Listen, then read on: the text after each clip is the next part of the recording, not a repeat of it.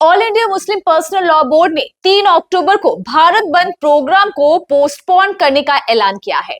Board ने कहा है कि कुछ राज्यों में धार्मिक त्योहारों के कार्यक्रमों के चलते भारत बंद को आगे बढ़ाना पड़ रहा है। इस संबंध में बोर्ड की ओर से एक आधिकारिक बयान जारी किया गया है। सूत्रों के अनुसार all India Muslim personal law board के पदाधिकारियों की एक आपात बैठक बोर्ड के अध्यक्ष मौलाना खालिद सैफुल्लाह रहमानी की अध्यक्षता में बुलाई गई थी। इस बैठक में मौजूदा हालात की विस्तार से समीक्षा की गई और उसके बाद सर्वसम्मति से भारत बंद को स्थगित यानी कि पोस्टपोन करने का निर्णय लिया गया। बोर्ड ने स्पष्ट किया कि भारत बंद की नई तारीखें जल्द ही घोषित की जाएगी। हालांकि बोर्ड ने यह भी साफ कर दिया कि वक्फ अमेंडमेंट एक्ट के खिलाफ उनका विरोध आंदोलन जारी रहेगा। बयान में कहा गया है कि भारत बंद को टालने के बावजूद बोर्ड द्वारा चलाए जा रहे आंदोलन और अन्य सभी कार्यक्रम अपने पूर्व निर्धारित समय पर आयोजित होंगे। बोर्ड के मुताबिक धार्मिक सद्भाव, सामाजिक शांति को ध्यान में रखते हुए ये फैसला लिया गया है ताकि किसी भी समुदाय के त्योहार या धार्मिक आयोजन पर कोई भी असर ना पड़े। लेकिन सवाल ये उठता है कि क्या वाकई पूजा की वजह से ये फैसला लिया गया है या फिर दबाव और कंफ्यूजन के चलते बोर्ड ने आखिरी वक्त में अपने कदम पीछे खींच लिए। क्योंकि भारत बंद का ऐलान कई दिन पहले हो चुका था, तो फिर अब जाकर क्यों याद आया कि देश के कई राज्यों में धार्मिक त्योहार पड़ रहे हैं? क्या ये महज एक बहाना है या फिर all India Muslim personal law board की लीडरशिप वाकई कमजोर पड़ रही है या फिर राजनीतिक दबाव के कारण बोर्ड के इरादे बदल गए? और अगर आंदोलन की रणनीति इतनी अस्थिर है तो मुस्लिम समुदाय आखिर में इस बोर्ड पर भरोसा कैसे करे? बोल रही हूँ कि ये all India Muslim personal law board ने भारत बंद का ऐलान किया था, लेकिन इसे क्या पोस्टपोन कर दिया गया है? जी, भारत बंद का ऐलान आज ही सुबह में नोटिफिकेशन सर्कुलर जारी हुआ बोर्ड का, जिसमें ये लिखा हुआ है कि बहुत सारे स्टेट्स में, रियासतों में बिरादर वतन यानी हमारे मुल्क में जो हमारे गैर भाई हैं, उनका बहुत सारे फेस्टिवल हैं, त्योहार हैं।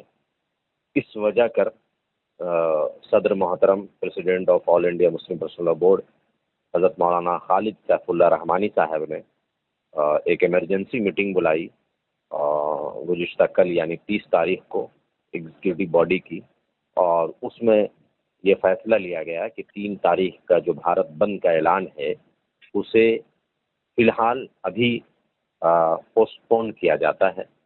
नई तारीखों का ऐलान, नए डेट्स का ऐलान फिर किए जाएंगे, और जो तहरीक का नोटिफिकेशन बोर्ड ने जारी किया था वो ऑलरेडी जारी रहेगा, ये ऐलान आया।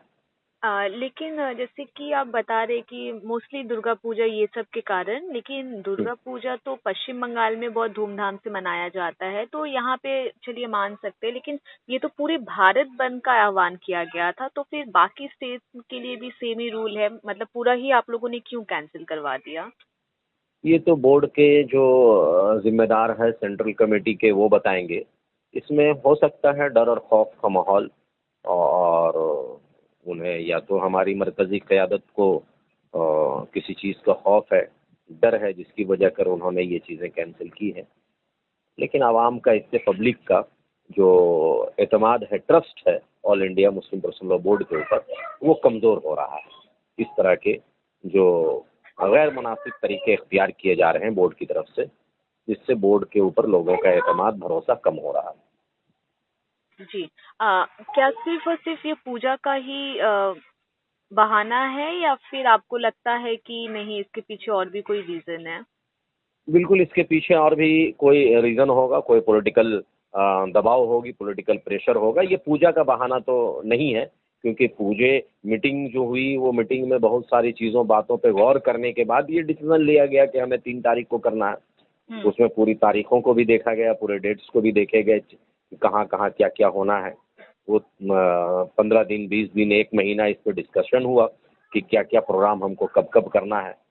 ये सब चीज़ करने के बाद में ये डिसीजन लिया गया कि भारत बंद करना है, और अचानक 2 दिन पहले ये अनाउंसमेंट आना कि इसको पोस्टपोन किया जाता है, तो इससे बोर्ड का जो इमेज है वो खराब होना तय है और बोर्ड किसी सियासी साजिश का शिकार हो रही है, ये साफ नजर आ रहा है। जी, क्योंकि ये जो वक्फ अमेंडमेंट बिल को लेके भी आपका ये प्रोटेस्ट था, आई लव मोहम्मद को लेके भी प्रोटेस्ट था, तो क्या लग रहा है कि कमजोर जो है आप लोगों का जो संस्था है, जो पर्सनल लॉ बोर्ड है, वो कहीं ना कहीं अब कमजोर पड़ रहा है?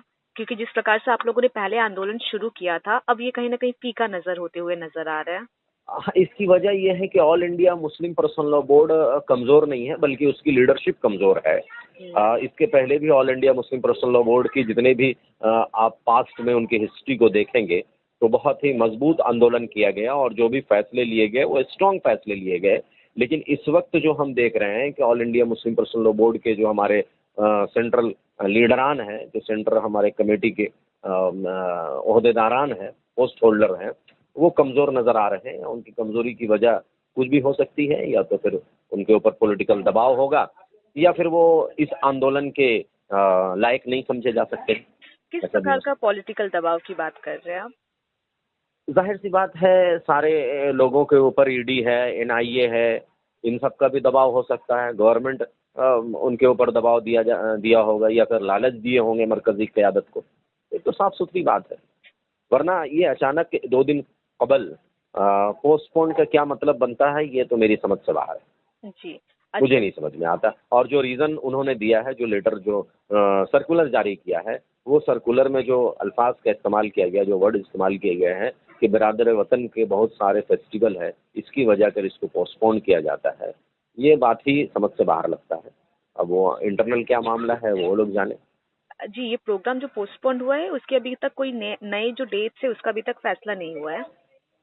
नहीं, अभी तक तो सिर्फ पोस्टपोन का ऐलान हुआ और उसमें ये चीज़ें लिखी हुई हैं कि ये नए डेट का ऐलान किया जाएगा। ओके।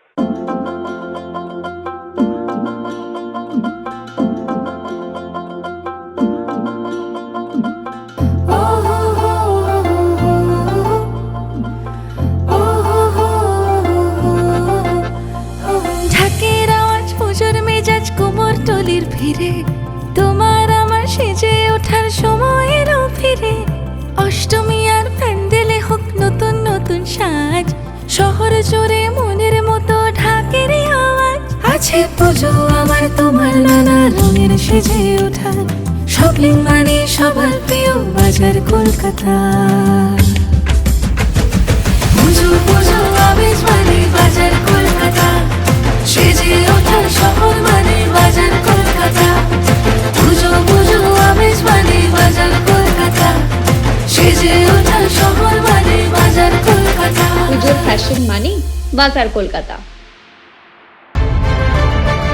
सुपर न्यूज 24 कोलकाता, हर कदम सच के साथ।